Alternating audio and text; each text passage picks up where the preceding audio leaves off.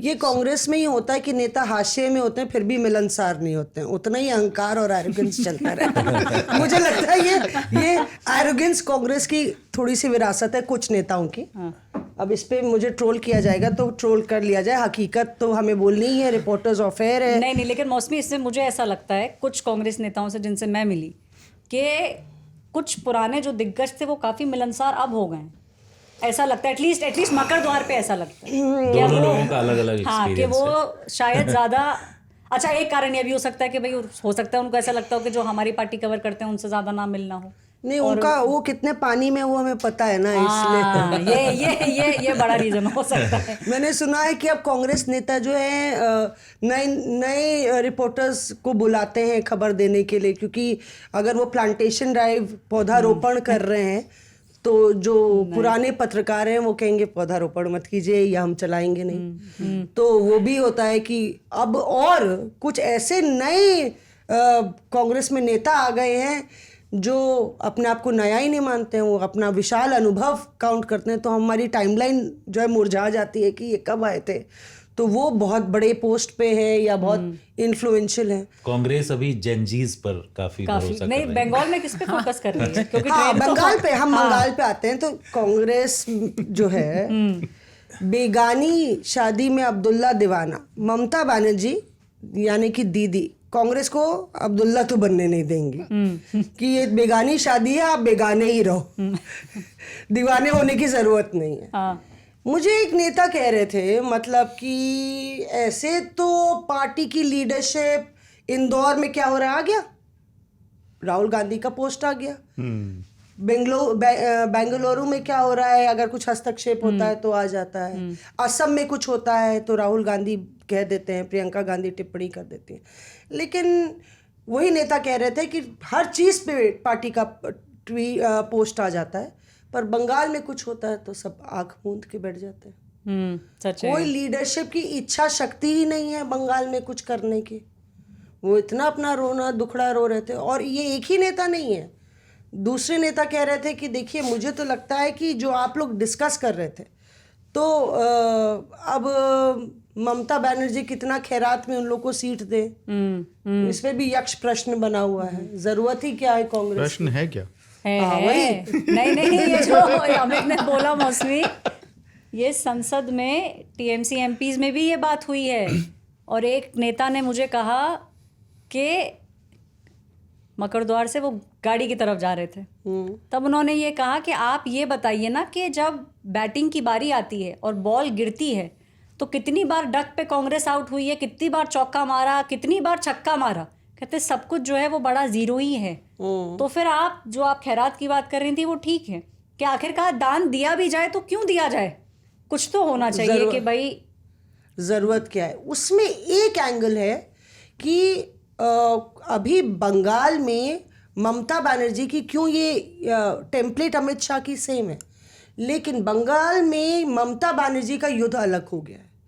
पिछली बार के मुकाबले इस बारी उनकी लड़ाई और तीखी और मुश्किल और जटिल है।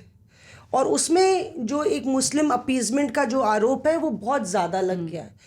वहीं मुस्लिम समुदाय थोड़ा ममता बनर्जी से नाराज़ है, क्योंकि ममता बनर्जी मंदिर टेम्पल स्प्री पे भी गई हैं, क्योंकि उनको कहीं ना कहीं फीडबैक मिला होगा।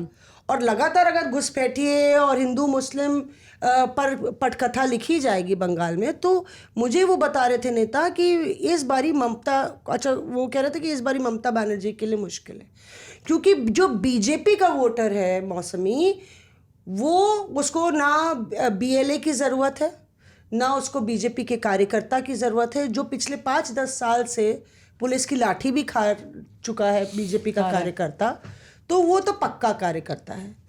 और कार्यकर्ता एक बार ही सोच सकता है कि पुलिस भी इनकी है, प्रशासन भी इनका है, मैं जोखिम क्यों लूँ। पर जो बीजेपी का वोटर है, जो परसेंटेज है, वो अपना साइलेंट रहता है। उसको बीजेपी पे वोट डालना है, उसके लिए बूथ मैनेजमेंट की भी बीजेपी को ज़रूरत नहीं पड़ती है। नहीं, बीजेपी का वोटर साइलेंट तो नहीं है बंगाल में। नहीं मतलब इतना लाउड है कि पिछली बार पोस्ट पोल वायलेंस जो हमने देखा, असल में घटना छोटी सी मैं इस पे ऐड कर देता हूँ। मैं ये नहीं कह रही हूँ, ये वो कह रहे हैं जो कि बंगाल की सियासत से बहुत अच्छी तरह वाकिफ है कि बीजेपी का वोटर को बार बार बोलने की जरूरत नहीं, हो जाके वोट डाल देगा, मोटिवेटेड है, मतलब मोटिवेटेड है उस तरीके से। तो मौसमी यही हमारी कहानी है, मतलब कि इससे ज्यादा हम क्या कहें, हमको चुप बैठ के मूक दर्शक, म्यूट स्पेक्टेटर बन के देखना पड़ेगा। ये कांग्रेस की लाइन अभी तक आपको समझ आई है? ये समझ में आई है क्योंकि कांग्रेस बिल्कुल डीएक्टिवेटेड चल रही है। आप कुछ कह रहे थे? हाँ नहीं, उसमें ये भी नंबर्स में ये भी है ना कि कितने विधायक हैं कांग्रेस के पास बंगाल में। ये सवाल अपने आप में जवाब देता है कि कितना प्लेटर पे आएगा। और जो नेता सबसे ज्यादा अधीर थे पिछले चुनाव में अधीर अच्छा वो भी साइलेंट हो गए, वो भी silent हो गए। वो धैर्य रखते हुए प्रधानमंत्री से मिलने के लिए गए थे, तो क्या होने वाला है उनके साथ आगे, अरे वो ये बहुत भी बता दीजिए आप। ये एक्चुअली बहुत इंटरेस्टिंग है क्योंकि अधीर दादा ट्रू टू हिज नेम वो राहुल गांधी को भी डांट चुके हैं। राहुल गांधी को? राहुल गांधी को भी वो कह चुके हैं कि ये नहीं चलेगा, क्योंकि पिछले से पिछली बारी जब वो प्रदेश अध्यक्ष बने थे तो नए अध्यक्ष का अनाउंसमेंट हो गया था इसी तरह की चुनावों की ऊहापोह में, और अधीर दादा को इन्फॉर्म नहीं किया गया था। और मतलब कि औपचारिक तौर से ये होता है, you thank the outgoing president. तो अधीर दादा ने उठा के फ़ोन लगा दिया राहुल गांधी को, या कहीं मिले राहुल गांधी उनको। तो अधीर दादा ने और उनको हम लोग से पता चला, हमने कहा दादा आप चेंज हो गए, आपका तो अब नहीं है, आप नहीं ऐसा तो नहीं है बहन जी करके बात करते हैं। मैं कहा नहीं, आप तो अब अध्यक्ष ही नहीं है। तो बोले अच्छा मैं पता करता हूँ। ऐसे ही हुआ उनके साथ। तो उसके बाद जब एक दो साल बाद हम उनसे मिले और दोबारा उनको अपॉइंट कर रहे थे, तो बोले मैंने पिछली बार भी राहुल गांधी को बोल दिया था कि ऐसा नहीं चलेगा, मतलब मैं आपके प्रदेश का अध्यक्ष हूँ, अगर आप मुझको हटाने थे तो मुझे बताने थे आपको, मुझे बताए बगैर आप हटाएगा तो अच्छा मैसेजिंग नहीं है ना राहुल जी। तो राहुल जी ने उनसे सॉरी बोला कि सॉरी कि इस तरीके का हुआ आपसे, और मैं मानता हूँ अपनी गलती। और फिर अगली बारी जब उनको अपॉइंट किया गया तो बाकायदा देखिए ना कितना लोकसभा में भी उनको पोजीशन दी गई और लीडर बने वो। तो अपने आप में अधीर दादा जो हैं, पर इस बारी साइलेंट मोड में है। और किसी ने उनसे पूछ लिया जो आप सवाल पूछ रहे हैं, किसी पत्रकार ने पूछ लिया आपका बीजेपी ज्वाइनिंग का है, पिछली बार तो उन्हें लीगल नोटिस देने की धमकी दे दी थी, किसी पत्रकार ने चला दिया था कि बीजेपी जा रहे हैं, हाँ चुनाव से पहले 2024 के। और इस बारी बोले ऐसा उल जुलूल उल्टा पुल्टा सवाल कहाँ से लेके आते भाई साहब आप प्रेस कॉन्फ्रेंस में ही उनको लताड़ दिए। तो बोलता है कि वही मतलब अधीर कहते हैं मैं जो करूंगा डंके की चोट पे करूंगा, ऐसे छुप छुप के नहीं करेंगे। Reporters of.